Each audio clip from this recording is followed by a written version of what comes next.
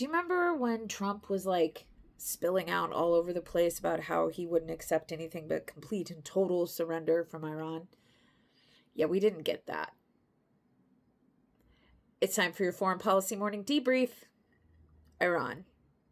Continued, I guess. Today is going to be a long one, so buckle in, Guardians. The deal dropped with Iran, or excuse me, the memorandum to begin negotiating for a deal dropped with Iran, and it's not great.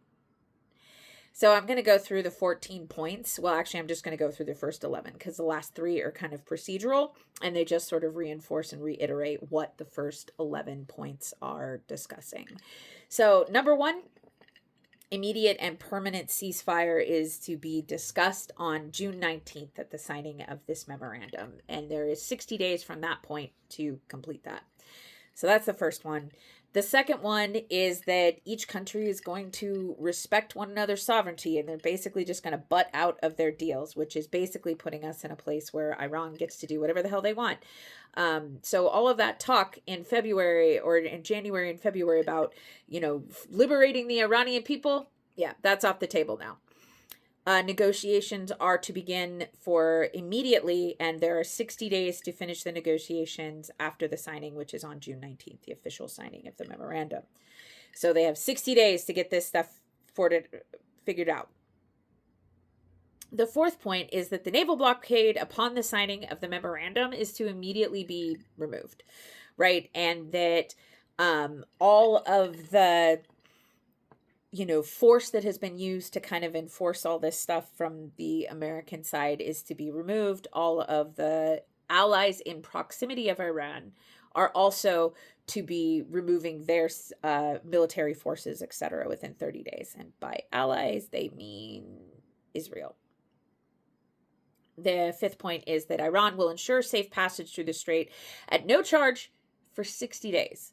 So from the 19th of June, for 60 days, there will be no charge, at which point Iran and Oman, the two countries that border the strait predominantly, will begin negotiating the use of the strait going forward. They own it now. They get to do what they want with it now. Expect there to be fees that will get reflected in our gas prices, our fertilizer prices, and everything else going forward.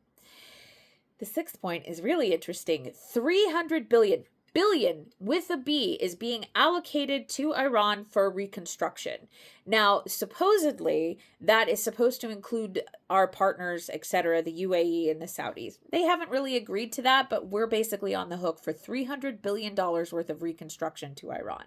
Iran is making out like bandits in this deal. They're getting a lot. Remember that the Republicans and Trump in particular had an absolute shit fit over $1.8 billion sent back to Iran of their own money with the JPCOA. All sanctions, the next point is all sanctions are to be removed. So we have been sanctioning Iran because of their human rights abuses and their anti-democratic processes, as democratic with the little d, etc., for years, for decades. And those sanctions have kind of kept Iran sort of in check and economically in check, and they are to be removed. 100%. All of them are to be moved.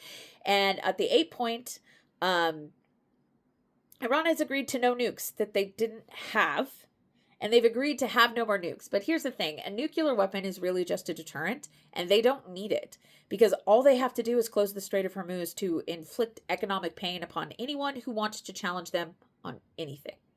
So they don't need a nuke at this point. They have agreed to maintain the status quo, which is basically the JPCOA, but shittier. So the U.S. is now to issue waivers on sanctions that can't be immediately dropped so that Iran is still not paying for these sanctions, right? So they're not going to pay extra fees. They're not going to all of this stuff. So basically they get a free pass to do whatever they want. The 11th point is that the U.S. this one really angers me. The U.S. has to give back all of the money and the assets that have been seized over the last like 50 years from Iran in violation when they were violating sanctions, etc. And after the coup in the 70s, like we have to give all of that back. Remember that the primary sticking point with the JPCOA was that we gave Iran $1.9 billion of their own goddamn money that we had taken back to them. And now we have to give all of it back to them. It is billions of dollars. On top of the 300 billion reconstruction that we are on the hook for with this deal. So we got screwed.